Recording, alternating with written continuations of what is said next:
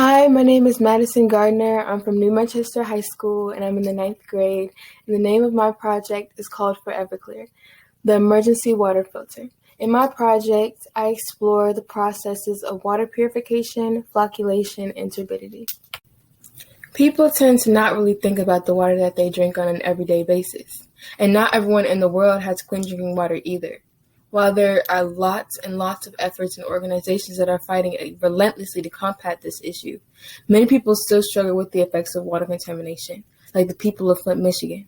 In 2014, their waters became contaminated with lead, and this led to many sicknesses and diseases that people contracted due to this.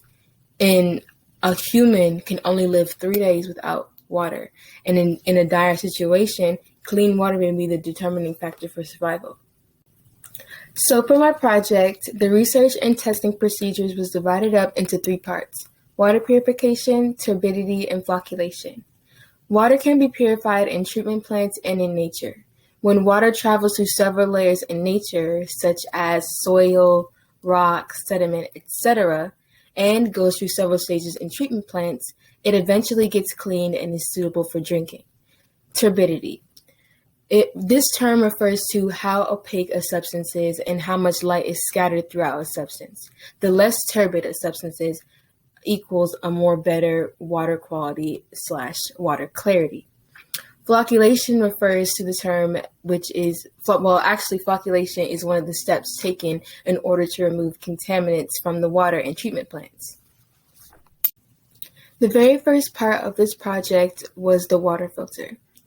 To build this handheld emergency water filter, you will need a water bottle, scissors, a clean container to store the purified water, cheesecloth, gravel, fine sand, coarse sand, coffee filters, and charcoal. This particular prototype is my third prototype, and for this prototype, the coffee filter extends upward along the sides of the water bottle so that loose substances such as the charcoal and sand would not fall between the sides of the bottle, because that was a problem that I did encounter with my previous prototypes. As you can see here on this slide, I have the procedures that I took to create this water filter and some pictures of the different steps that I took as well. The very first step that I took that is also extremely important was to cut the bottom part off of the plastic bottle with scissors. All of the filtering materials will be able to go into the opening that is created, and also poking a hole into the very cap in the very bottom of the cap of the plastic bottle creates an opening for the water to flow into the plastic container. As you can see here in the very first picture, as previously stated, I made sure that the coffee filter was along the sides of the water bottle so that no loose material could fall through to the bottom. In the second picture, I have step 4 where I added the charcoal. In the third picture, that displays steps 5, 6, and 7, where I added the fine sand, coarse sand, and another layer of fine sand. And the last picture, that is steps 8 and 9, where I created a layer of gravel and added a layer of cheesecloth onto the very top as the final straining layers.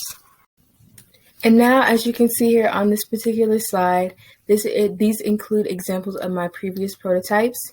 Prototype 1 was where I added cheesecloth after each layer except the top layer. So for example, I would have charcoal, then cheesecloth, then fine sand, then cheesecloth, etc., etc.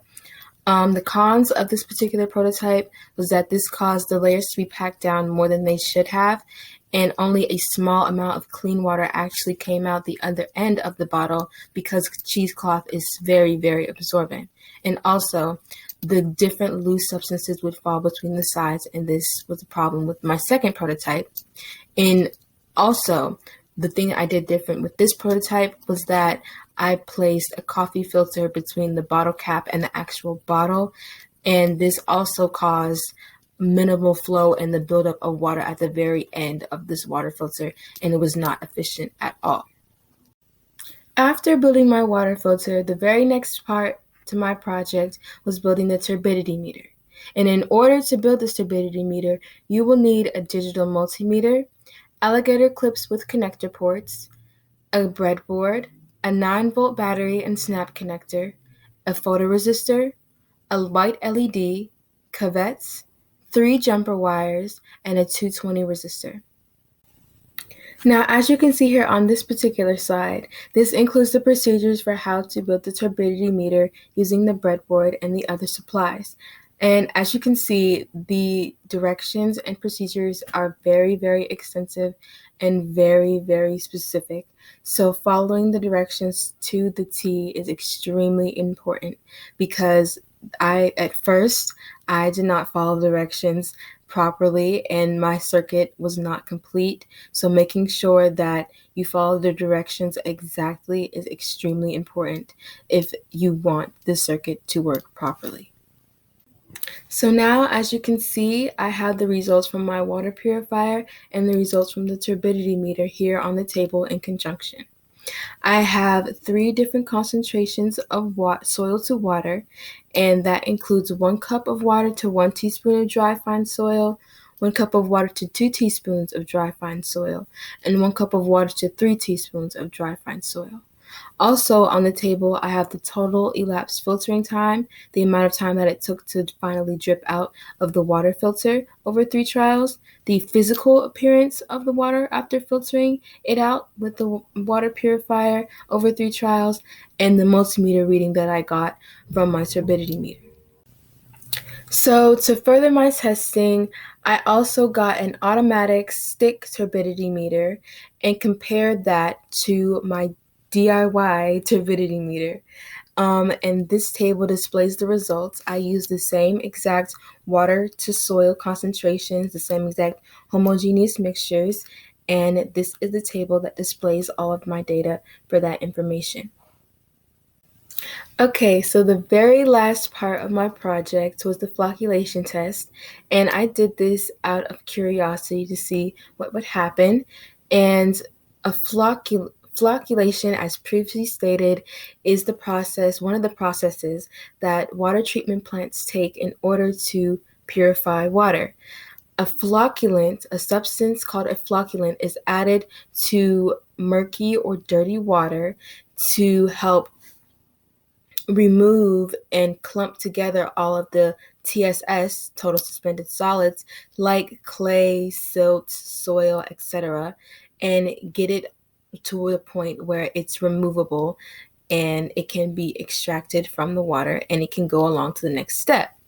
So for this test, I use the homogeneous mixture of 1 cup of water to 2 teaspoons to dry fine soil, and I added 1 teaspoon of alum, which is our flocculant. And before, as you see in the picture, before I added the 1 teaspoon of alum, it is obviously a heterogeneous mixture, and the soil is evenly spread out throughout the water. And after I added the 1 teaspoon of alum and stirred it for about maybe 2 minutes or so, it turned into a homogeneous mixture, and the soil was actually separated from the water. And I thought that was pretty interesting.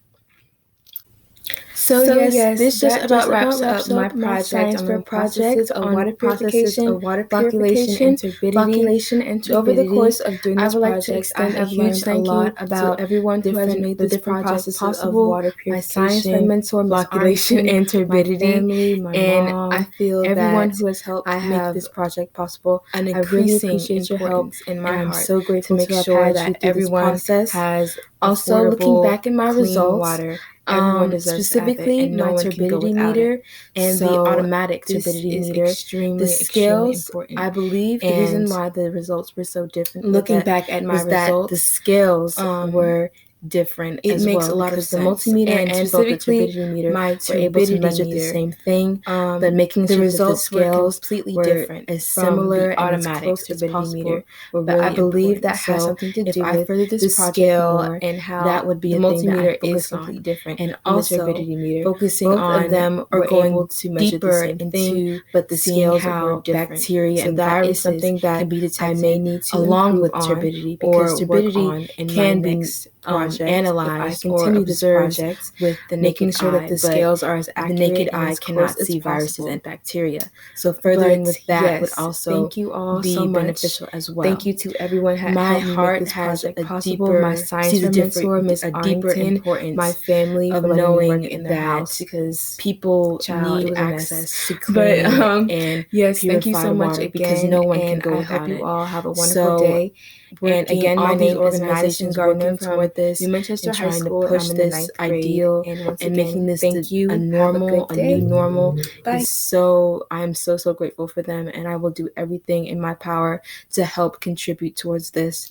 Again, thank you so much to everyone who has helped make this project possible, and I hope you all have a wonderful day. Once again, my name is Maddison Gardner from New Manchester High School, and I'm in 9th grade, and this was my project, Forever Clear, the water purifier, the emergency water purifier. Thank you so much again, and have a great day. Bye-bye.